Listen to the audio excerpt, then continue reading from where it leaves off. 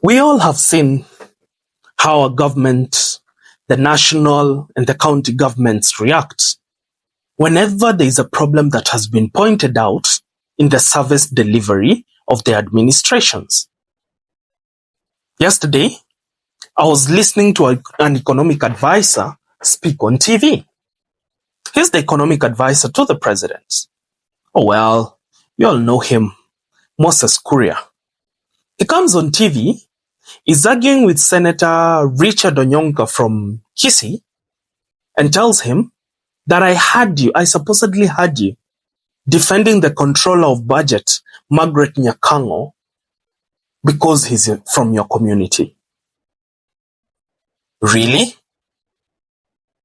The conversation was nowhere near who came from what community. The conversation was about the reports that are coming from the Office of the Controller of Budget and the Office of the Auditor General.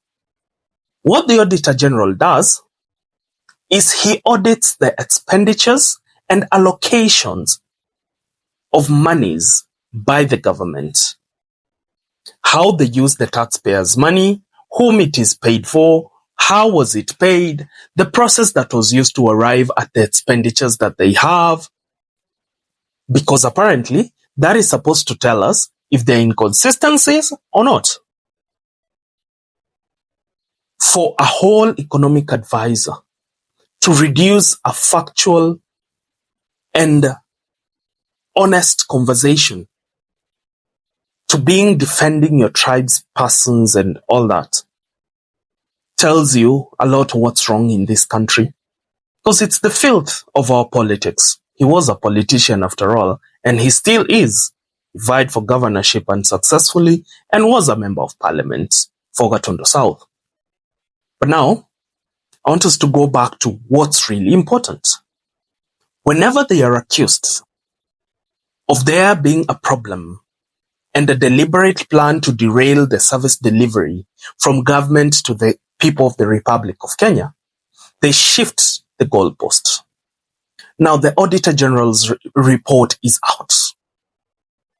And it is telling, my friends, it is showing us these glaring inconsistencies that are honestly shocking. Inconsistencies that shouldn't be there.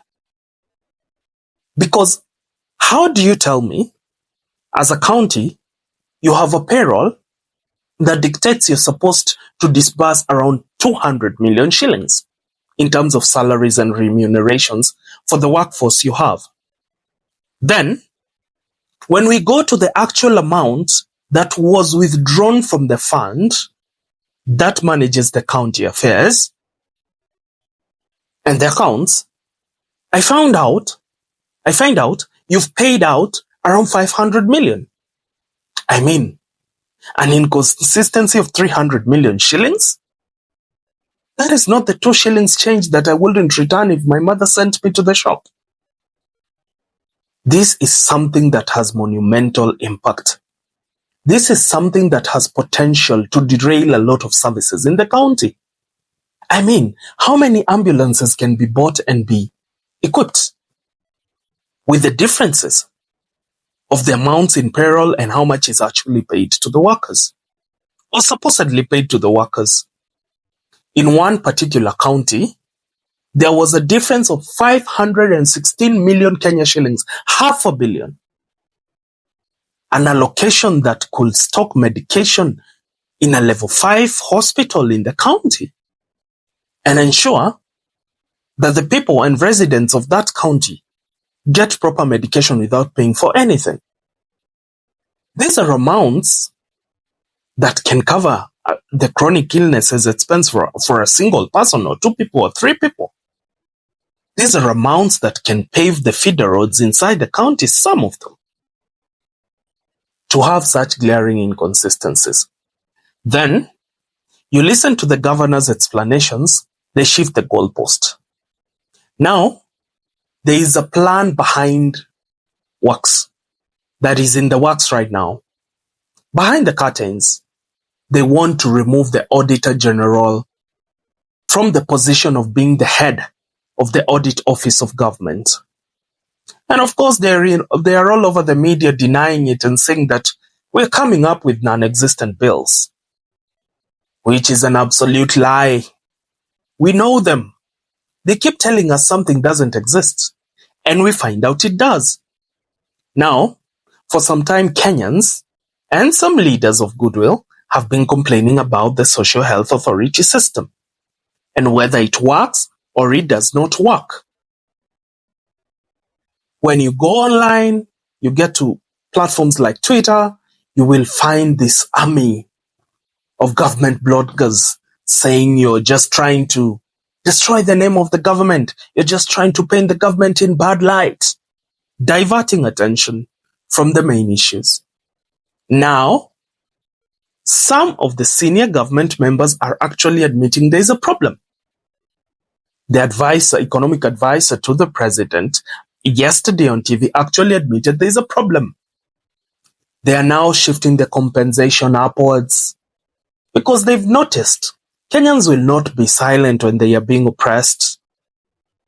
Now, this thing of shifting goalposts whenever an issue is raised about what is going wrong in a particular department or government ministry must stop.